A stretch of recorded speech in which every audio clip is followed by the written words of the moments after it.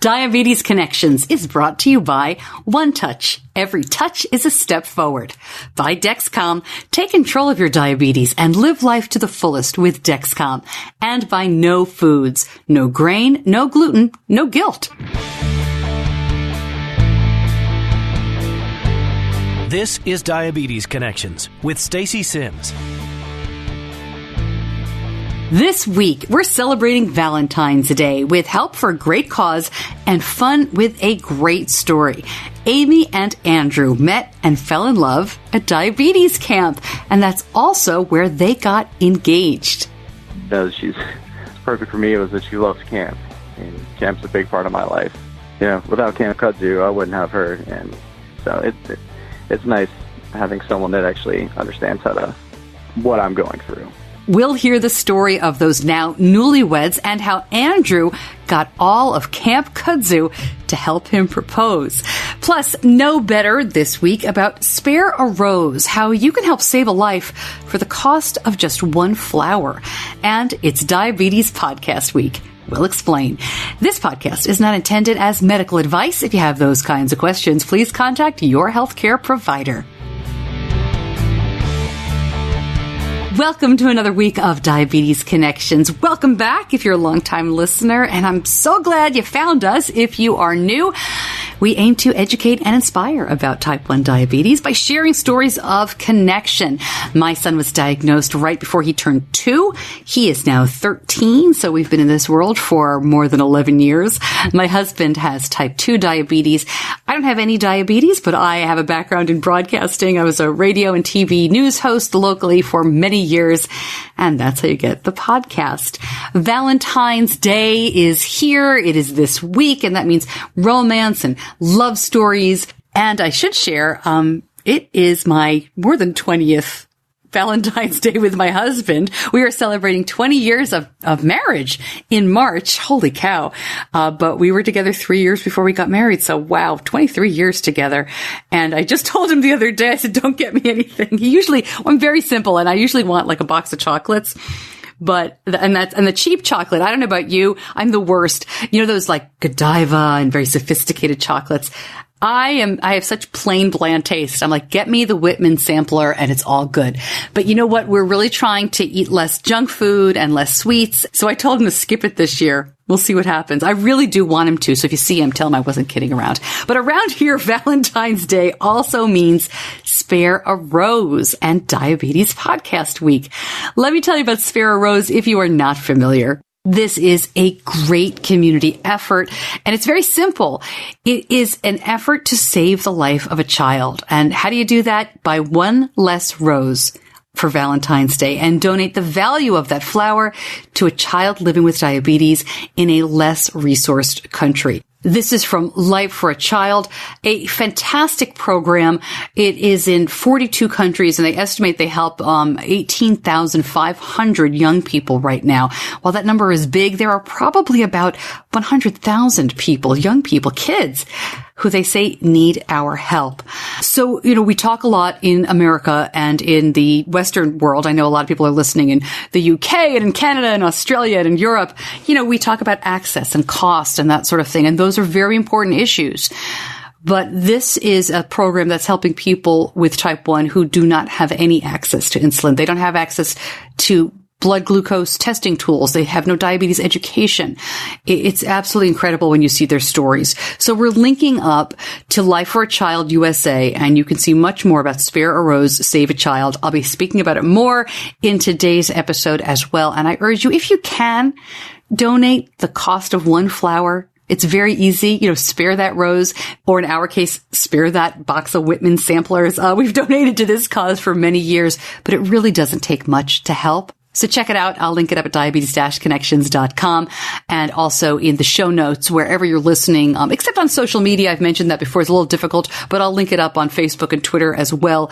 And really urge you, if you can, this is a terrific cause. Diabetes Connections is brought to you in part by Dexcom. And, I remember in elementary school and even in preschool, my son Benny, he was not at all self-conscious about diabetes. He would show his friends, here's how it's done. He would check. He would dose right in the middle of class. He is in 7th grade now, and while thankfully he is still comfortable with diabetes, he doesn't hide it, but he definitely does not want type 1 to be the center of attention. And the Dexcom helps so much with that. It's made it easy for Benny to glance at his smart device to give him his reading. And the Dexcom G5 is the first FDA-approved device to let you make treatment decisions without pricking your finger. CGM-based treatment requires finger sticks for calibration. If you're taking acetaminophen, Tylenol, or if symptoms expectations do not match CGM readings and if not performed, that may result in hypoglycemia. For more information, go to diabetes-connections.com and click on the Dexcom logo. If you've known me for a long time, if you've listened to the show for a while, you know I am a huge fan of camp. We just had a big event here in the Charlotte area. I've done this for a couple of years, bring reps in from the local day camps, the sleepaway camps. They talk to parents about what to expect and show kids what a great experience it can be. We go to a local bowling alley, so the kids can have fun, the parents can talk. It's a nice schmooze up. It's a great event. And, Diabetes Camp helped prepare my son for regular sleepaway camp. He goes away now for 4 weeks every summer to non-diabetes sleepaway camp, just like his sister without diabetes always does. My guests this week also love camp, but they have an even more special reason besides the usual fun and the community that D-Camp can bring. Andrew and Amy Sturniolo met and got engaged at Camp Kudzu in Georgia. In fact, in the summer of 2016, Andrew used the entire camp to propose. I love their story. I spoke to them recently. They were actually back at camp at a winter retreat. They were freezing, but they were happy to tell their story. Andrew and Amy, thank you so much for joining me. I'm so excited to talk to you and hear your story. First, though, you're pretty much still newlyweds. Congratulations on your wedding. Thank you. Thank you. Thanks for having us. Oh, of course. So let's start by telling me the story of how you met at camp, because you did not meet as campers, right? Andrew, can you tell me a little bit about how you first met? That's right. Amy's actually not diabetic, and I've been coming to camp since I was 10 years old. So I came to camp one year. This was 6 years ago. And Amy was here. She came with one of our friends, Anna, for credits for her school. She was at UGA in the education program, and I moved back from New York that year, came to camp, saw Amy, and decided that was the girl I wanted to be with. When you saw her, had you even talked to her? It was. People doubted. She still probably doesn't believe me about it. But one of my friends, Zach, here at camp, we walked into the gym, saw Anna and Amy, and I was like, told Zach, I was like, that's the girl right there. I was like, I'm going to be with her. Wow. Amy, what was your reaction? Well, I found out, definitely not when that first happened, because I was just introduced to him, and I didn't think anything of it, honestly. But then I found out later, no way. I don't believe you. That's great. So, Amy, what were you doing at camp? I know Andrew said you were there for kind of the credits, I suppose. But how did you find the diabetes camp? You're not a diabetic yourself. So I went to school at University of Georgia, and I was an education major. So before you actually entered the education program, you had to get a certain amount of hours of work with children. And so I was talking to my friend Anna. I was like, I had no idea how I'm going to get this many hours over the summer when I'm working. And she was like, you should just come to camp for a week, because you can get all your hours in 1 week and then it's over. I was like, oh, that's a great idea. So I signed up and came to camp, and I have been back almost every summer since.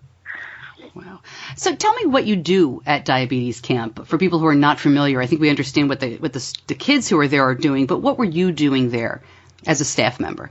So as a staff member, I am usually just a cabin counselor. And so depending on your age group, you're with your kids all day and all night. And so you go to different activities. So at Camp Twin Lakes, we have canoeing and the rope swings and paddle boats and archery and all sorts of activities that we go to every day. And as a cabin counselor, you are with your kids, and checking their blood sugars and, getting them ready for meals. And then after they go to sleep, you're doing midnight checks. And so it's 5 nights and 6 days of helping them out with their diabetes. Yeah. What was it like for the first time you were there? Did you have any idea what you were stepping into? I mean, it is a lot of work. I had no idea. I was so clueless. They do all the meetings the first day before the kids arrive, and it's overwhelming because you're like, how am I going to take care of these kids when I am new to all of this myself? But thankfully you have other counselors. They pair you with people. If it's your first year, they pair you with an experienced person, at least one other experienced person, so that you have someone to kind of lead the way, because it is very overwhelming for a first-timer who's never really even had any experience with diabetes. And Andrew, what's your camp experience? As you said, you were diagnosed at 10. Did you start going to camp right away? I did. Started going to camp right away, and I never stopped. For a while, and then once I became a staff member, I used to do all the overnight sessions throughout the summer, and unfortunately now, being an adult, has gotten in the way of my camp life. So I'm really only doing the one session a year now. We actually currently at our teen retreat camp for this weekend. We managed to sneak away to get up here for this. But for me, I was a cabin counselor for many years. I worked with the 8-year-old boys for a long time. I'm now in the role of head staff. So during a regular summer week, I'll be in charge of all the younger boys' cabins. It's just a support role, making sure everyone has what they need. If anyone, if there's any issues that arise, or I'm there to help them out, or answer questions that any kids may have that some newer staff might not feel comfortable helping out with.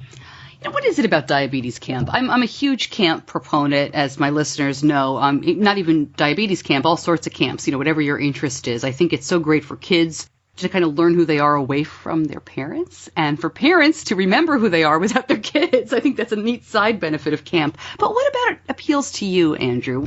How do you explain why you kept going back? I've always said that the diabetes is probably the best thing that ever happened to me.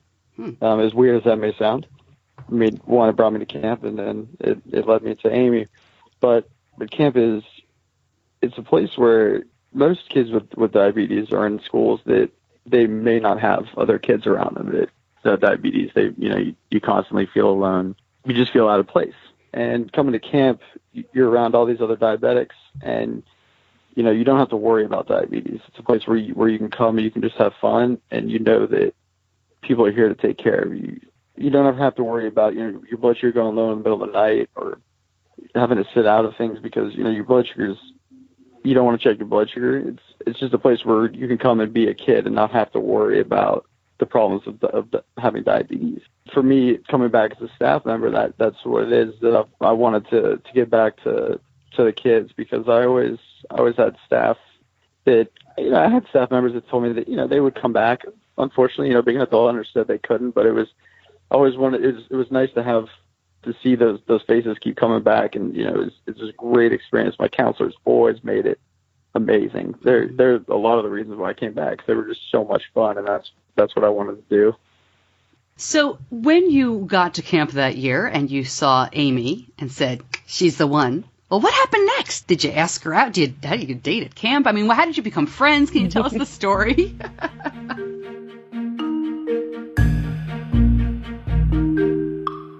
And we will get right back to Andrew and Amy. You'll hear Andrew's answer to that question. But first, Diabetes Connections is brought to you by One Touch.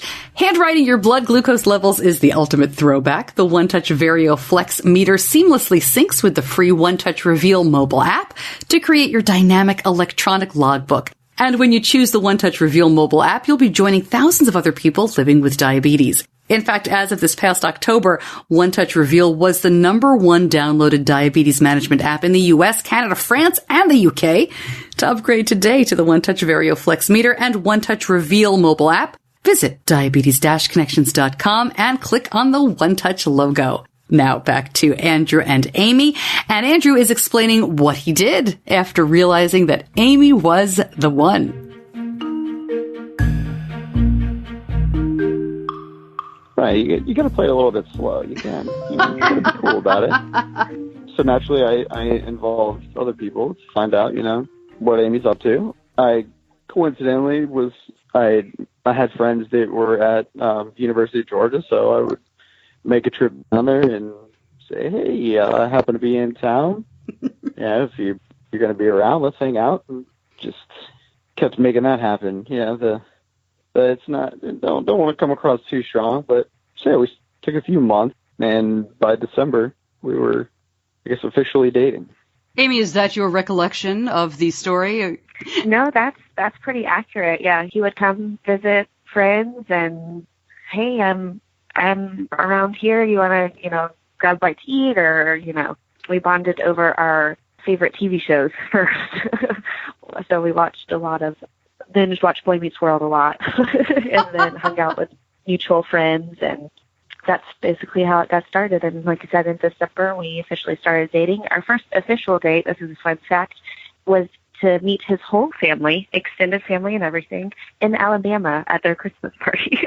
Wow. Pressure or fun? Or both? Yes, that was intense. I was like, wow, our officially dating first date is meeting your whole entire family. So yeah, I was a bit nervous. That's funny. Andrew, I'm sure it went very well. They loved her immediately. Yeah, I imagine it went great. Well, of course. I mean, everyone loves it. I mean, my family likes her more than they like me, so. Perfect.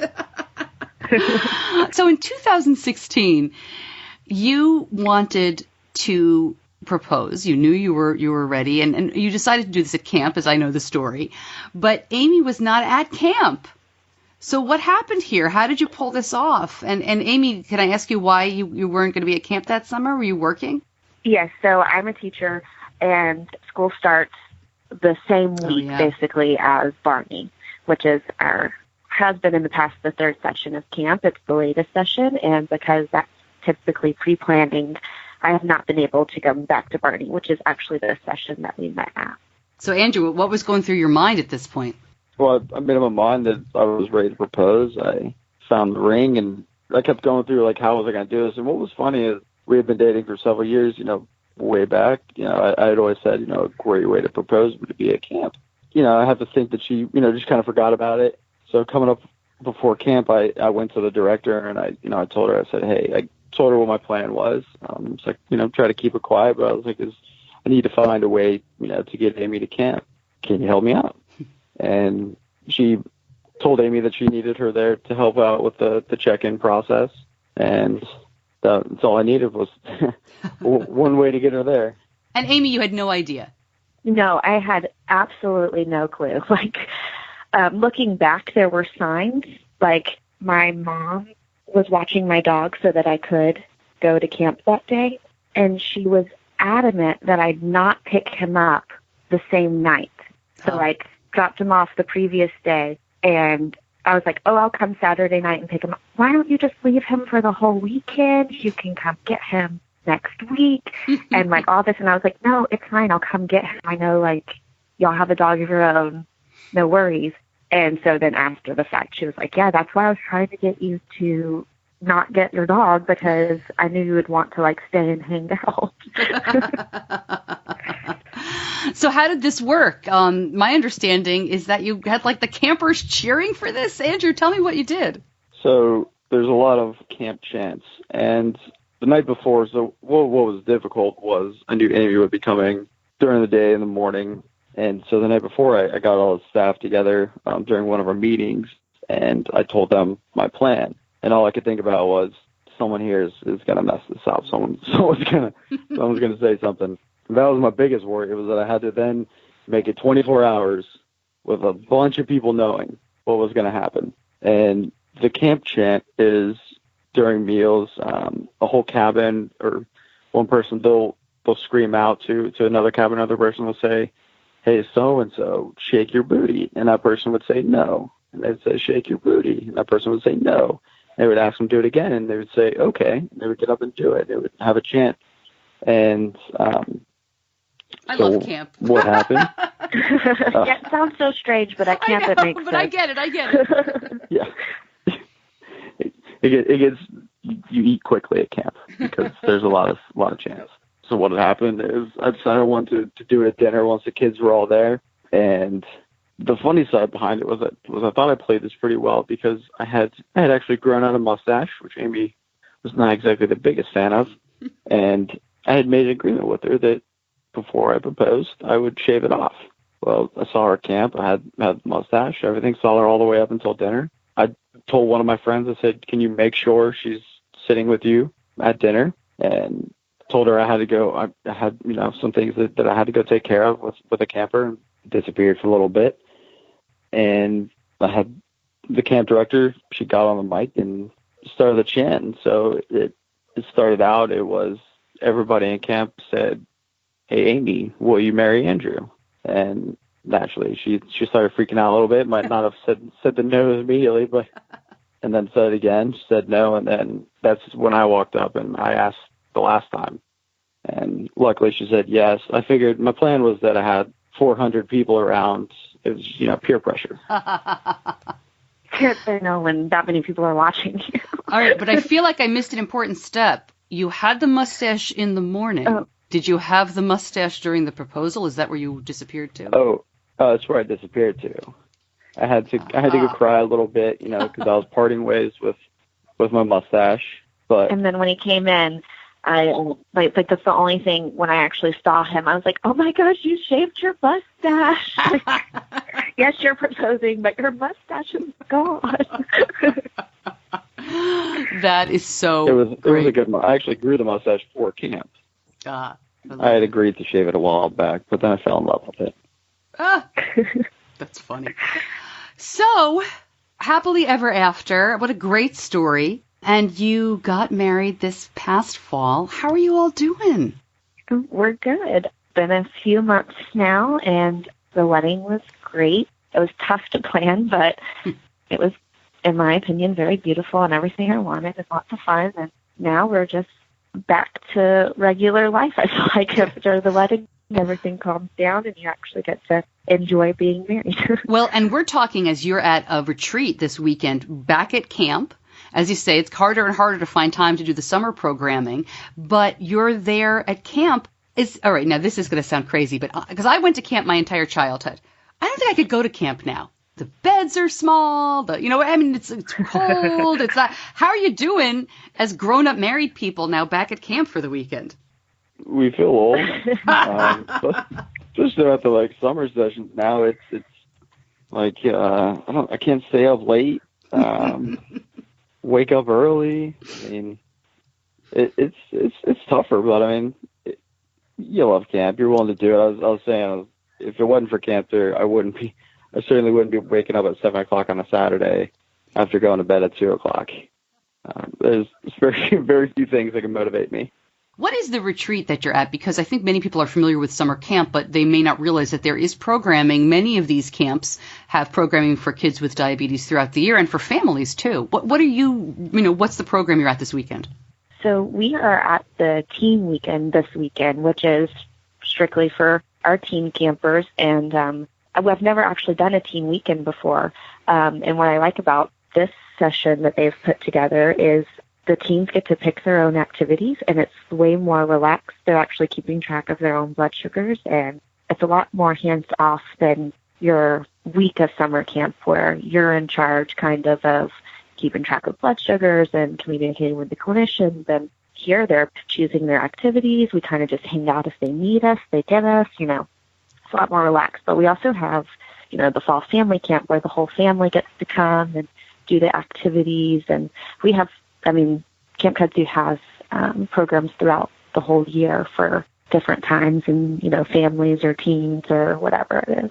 Andrew, you basically, you've married the love of your life, but she's also staff at diabetes camp. She doesn't have diabetes. Is this like the catch? She can take care of you. Or your parents, they must be so thrilled. Oh, yeah. It's awesome. And, because it's funny. I grew up with my mom constantly asking me about my blood sugars and diabetes, and now she's happy that she doesn't have to ask me anymore. And I was like, all right, sweet, I'm out of the house, I don't have to worry about that, but I still get to. I have Amy to ask me now, which is awesome though, because I don't have to worry about someone understanding what I'm going through or being able to help me or take care of me if I need it. And that's what's awesome. I mean, and the fact that she still loves coming to camp. And it's not just because I come here, it's just, it's because she loves camp. So, I mean, that tells you that how great of a person she is anyways. She's perfect for me was that she loves camp, and camp's a big part of my life. Without Camp Kudzu, I wouldn't have her. And it's nice having someone that actually understands what I'm going through. Your first Valentine's Day coming up as a married couple. I'm assuming it will probably be more than camp. I mean, you're not going to be at camp that weekend, right? You'll be home and comfortable. As fun as camp is, you'll be home. I don't want to ask if there's any surprises planned. I don't want to ruin anything. But that's so nice. No, you remind me that I probably should do something. That's good. I feel like we've been busy the last few weekends, and Valentine's Day is sneaking up. But we don't have anything really planned yet. We'll have to think about it. Yeah, just don't get the sugar-free chocolate. You know that. Some Netflix. We'll hang out with the dogs. We'll watch some Netflix. Perfect. Yeah, sounds like a perfect good day. Well, thank you so much for joining me to talk about this terrific story. It's just so nice to be able to hear this happiness. And I really appreciate you both coming on. And best of luck in the future. Thanks so much, Amy and Andrew. Well, thank you for having us. Thank you. We appreciate it.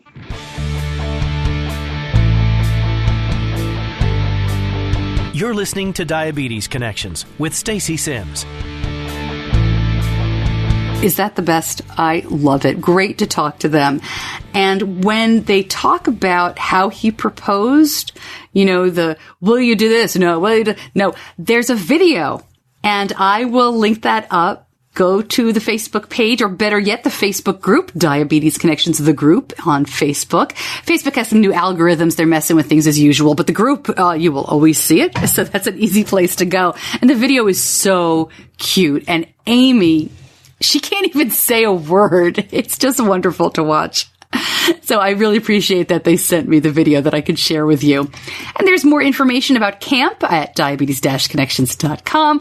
There is a Camp Kudzu fundraiser that Andrew and Amy would love for you to check out. And I'll put more information linking to the American Diabetes Association camp website and other camp links. I believe Project Blue November has a great one, because many diabetes sleepaway camps are open right now for registration. February 5th. Our camp opened, and I signed Benny up right away. And, if you want to get your kid into diabetes camps, a lot of them will fill up, not right, the first few days, but don't wait too long to get the information. And I also wanted to mention, Andrew and Amy were at a retreat. It's, it's middle of winter. They're not at summer camp, obviously, right now. And a lot of programs do have teen retreats. They have family retreats. There's a lot of programming that goes on at these big camps during the year. So definitely check that out as well. I'll link up some programs that can help you out. I know Clara Barton and the Jocelyn Center up in the Northeast have that, and there are many others. Our camp does a teen retreat once a year. It's good stuff, and it helps them kind of identify some of the future leaders. And I hope that my son continues to be involved with his camp family, because they have made a huge difference in his life. Time now for our Know Better segment. And this week, I want to tell you all about Diabetes Podcast Week and a little bit more about the Spare a Rose campaign. Know Better is brought to you by No Foods. And No Foods makes what I call bready stuff, right? They make donuts and pancakes and waffles, bread, slices and buns, muffins. But it isn't bread, right? It's no grain, no gluten, no soy. And I'm gluten-free recently, and it has been such a help. I've told you what we like in the past. My favorites are the little muffins and the cookies. But I thought I would read a couple of reviews. Diana writes, I'm on the ketogenic diet. This is perfect when I have a craving. They taste better, less hard and chewy than other protein bars, and they are huge, she says. I can eat half at a time and save another half for later. She loves the cookies. I bought lemon, double chocolates, and chocolate chip. I like them all. It's hard to find keto snacks with cake texture unless I make them myself. She goes on to say these are great for low-carb people on the go, but don't eat them excessively. Well, of course, like anything else you want to eat in moderation. The cookies are really big. I, too, will have half at a time, and I like the cinnamon a lot. That's another great flavor. You can go ahead and order at nofoods.com. Use the promo code Stacey10, S-T-A-C-E-Y, the numeral 10, Stacey10, to save at nofoods.com. Get the link at diabetes-connections.com. If you're listening to this podcast, which you are, then you know how to find podcasts, right? Well, one of the reasons I started Diabetes Podcast Week a couple of years ago is because a lot of people really have trouble figuring out what a podcast is. And if you're listening on social media, on Facebook or maybe through Twitter, maybe you've never gone to the website or maybe you've never listened on a podcast app. It really is a lot easier to do it that way than social media. First of all, on the app, you can subscribe and get the show every week automatically sent to you. But please listen however is easiest for you. But Diabetes Podcast Week kicks off its third year this week. And what's going on here is more than a dozen show hosts, including me, are rallying our listeners to learn about and donate to the Spare a Rose, Save a Child campaign. So what I talked about at the beginning of the show, 12 other shows are doing the same thing this week. I am so excited that this event has grown. And if you're thinking to yourself, why on earth would you promote somebody else's podcast? Let me tell you. Podcasting is different than radio. I worked in radio a long time, and you'd never mention your competitor, right? Those people don't exist. Podcasting is different because you can listen whenever you want. Most of us don't produce any more than an hour a week. So there's lots of time to listen to your different shows. And also, and this is so important with diabetes and any kind of podcasting or news or blog, you want to find the source, the diabetes source that speaks to you. I really hope that's me. But if it's not, I would love to help you find the host, the show that does.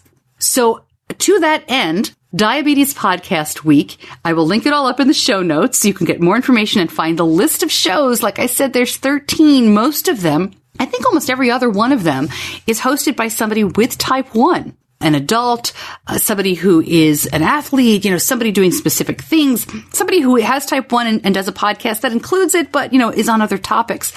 Really great stuff out there. The whole list and the show notes for this episode at my blog. I'll link it all up at diabetes-connections.com. One of the things we're doing this year that is new is, in addition to talking about Diabetes Podcast Week, we are sharing promos from other shows. We drew straws. This was all at random. And I was thrilled because I got Christopher Snyder's show, which is called Just Talking. And so here is Chris. I'll tell you why I was so excited right after you hear from him. This is Christopher Snyder, host of Just Talking Podcast. I'm supposed to take less than 30 seconds to highlight my show, Just Talking Podcast, for Diabetes Podcast Week. Instead of reading the names of every diabetes-related guest I've had the pleasure of interviewing over the past 8 years, I'll simply say if you listen to every diabetes-focused episode of Just Talking nonstop, back-to-back, it would take you a full week. You can get started on your auditory adventures by visiting justtalkingpodcast.com and subscribing on Apple Podcasts, Google Play, Stitcher Radio, or wherever podcasts are sold. And remember, there's no pressure, we're just talking. Christopher may be the longest running podcast in Diabetes Podcast Week. In fact, I am positive he is. And he really has one of the longest running shows of anybody I know personally. But the reason I was so excited to pull his name out of the hat and get his promo, he is one of the big reasons why I podcast. I appeared on his show in 2014, maybe early 2015. And I had rumbled about in my head about doing a podcast for a long time, but I didn't know the technical side. I was very nervous about how to do that. I'd been in radio for many years, but I had an engineer, I had a producer, I had a technical producer. I showed up and talked into the microphone. And Chris took the time, after I mentioned how interested I was in it, to send me links, walk me through it, really give me the confidence to go for it. And while we ended up using very different systems, I'll always be thankful for that. So thanks, Chris. I hope that you enjoyed listening to his promo and you could find his show.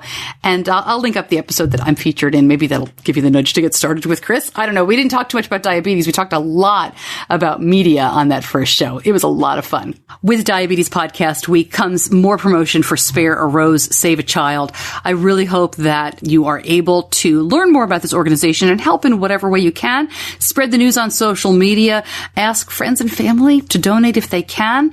If you're able to, it's a great cause and it does not take much at all. It's an easy way to pay. You can pay once. You can break it up monthly. I know that we're all strapped and we're all asked by, a lot of charities. This is one that I hope you give a second look to.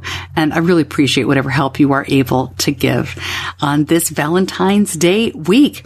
All right, so I got a request recently for, where I'm going to be speaking to put that up somewhere. So I'll be posting that on the website and on social media, hopefully this week, if not next week, because a couple of new additions have popped up. I've mentioned before that I will be in Chesapeake Bay area and in Greensboro, North Carolina in March. I will be in Orlando in April. I will be back in Orlando now at Friends for Life. I'm always happy to be an attendee, but I've been asked, and I'm so excited about this. We're going to do a podcast from Friends for Life this year. Fingers crossed, because I mentioned a couple of minutes ago that I don't have the technical know-how and people that I used to have, right? I don't have my technical producer with me, but we're going to make this happen. It's going to be so much fun. And I really hope that we'll be able to bring in listeners and different people down there. So I'll keep you posted on that. And much more to come on appearances and different sessions that I do. And I'll link that all up, because I had a few requests for where to find that information. As always, thanks to my editor, John Buchanan. He is at Audio Editing Solutions, and he is a magician. And thank you for listening. It is such a privilege to do this show every week and to spend time with people who just get it. I'm Stacey Sims. I'll see you back here next week.